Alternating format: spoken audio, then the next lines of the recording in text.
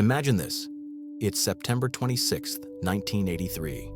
Somewhere south of Moscow, in the dead of night, a minibus speeds along a forest road.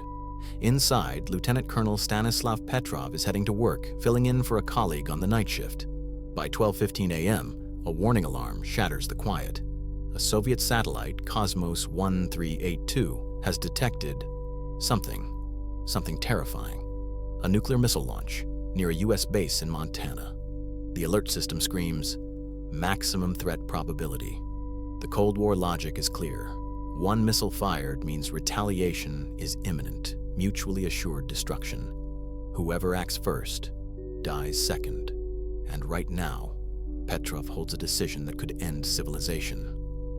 In the bunker, 80 personnel are stationed under Petrov's command. Their mission, monitor for nuclear attacks and trigger the alarm if necessary.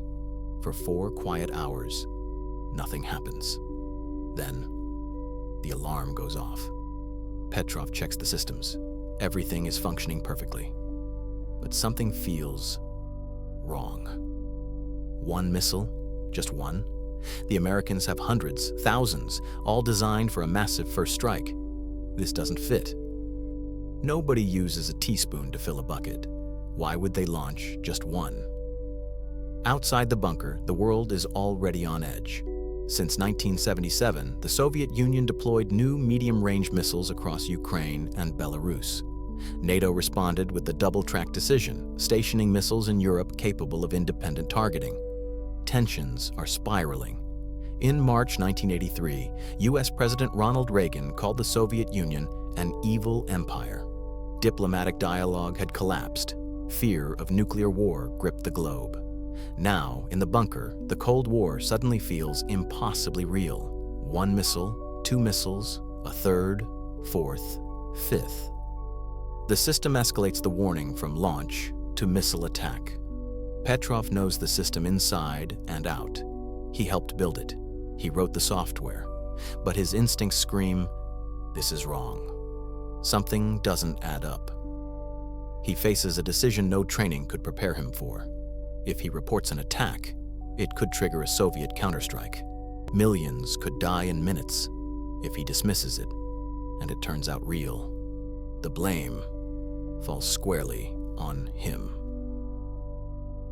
17 minutes pass. 17 minutes that will define history.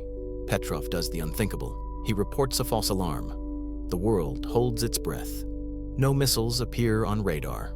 No explosions. It was a false alarm. Later, investigators uncover the cause: sunlight reflecting off high-altitude clouds, misread by the satellite as missile launches. A perfect storm of coincidences. Petrov had just prevented a nuclear apocalypse. Yet, in his own country, he received no hero's welcome, no medal, no recognition. Instead, a reprimand for not logging the incident properly. For years, he lives quietly, working at the research institute, never telling his family what happened. Only after the fall of the Soviet Union does the world learn of his courage. He is finally celebrated internationally, but it comes late. By the time he dies quietly in 2017, the world has only begun to grasp the enormity of what he prevented. More than 40 years later, nuclear weapons remain humanity's greatest threat.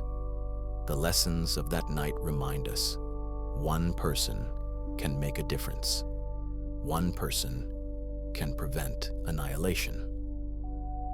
Stanislav Petrov didn't act out of bravery. Not entirely. He acted out of careful thought, skepticism, and understanding. And for 17 minutes on a September night in 1983, the world was lucky he did.